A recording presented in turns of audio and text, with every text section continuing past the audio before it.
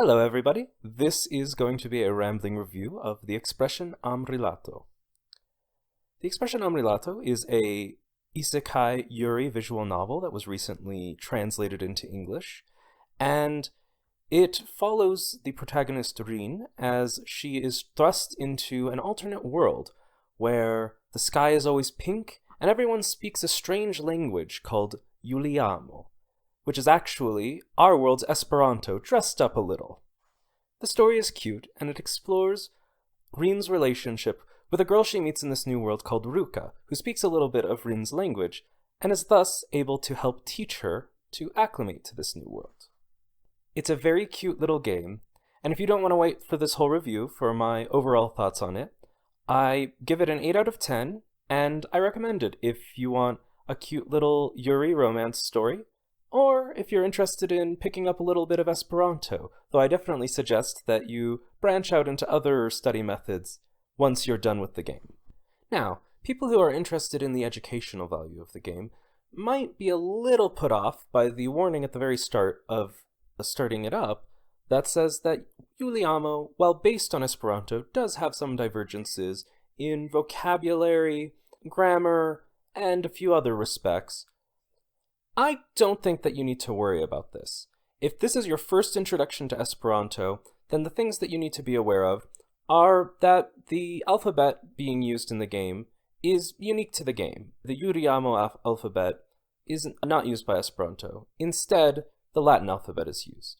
Now, if you're concerned about this at all, you can go into the settings of the game and change it so that only the Latin alphabet spellings of words are used and not the Juliamo alphabet.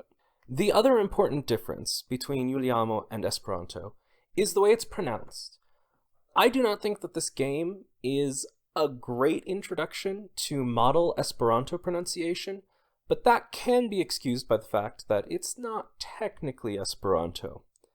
That said, I think that the pronunciation is reasonably close, and so if you're using this as your first dip into the Esperanto pool, maybe I would study alphabet and pronunciation a little bit beforehand, and then do this.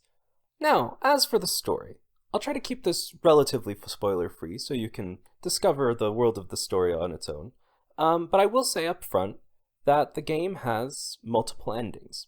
There are 3 endings. There is a bittersweet ending, a happy ending, and a sad ending.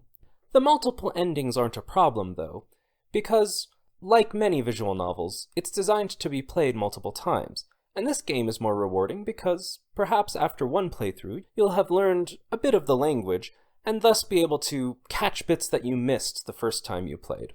Subsequent playthroughs also highlight and translate more of the words that Rin learned throughout. So, even if you can't easily remember, or you didn't quite make as much progress as Rin did by the end of the game, you can still get something out of multiple playthroughs. If you're not interested in the learning aspect of this game, there are options in the menu to turn off the test sections of the game.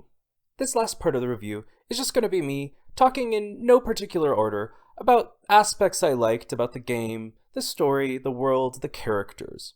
Some of it might veer into spoiler territory, so if you're concerned about that at all, and my review up till now has made you want to play the game, I recommend you stop the review here and just play the game.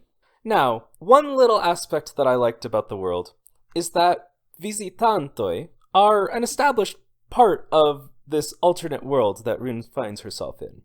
I really liked that the government was aware of them. There was a little bit of backstory about how visitantoi became part of the world, how the government dealt with them, and the social programs that the government uses to integrate them into it. I thought that was a neat little touch that not a lot of isekai games or shows do these days. Now, I said that the game had 3 endings, and that's largely true. But one aspect that I found interesting as I played through the various parts of the game is that there are kind of 2 versions of the true ending.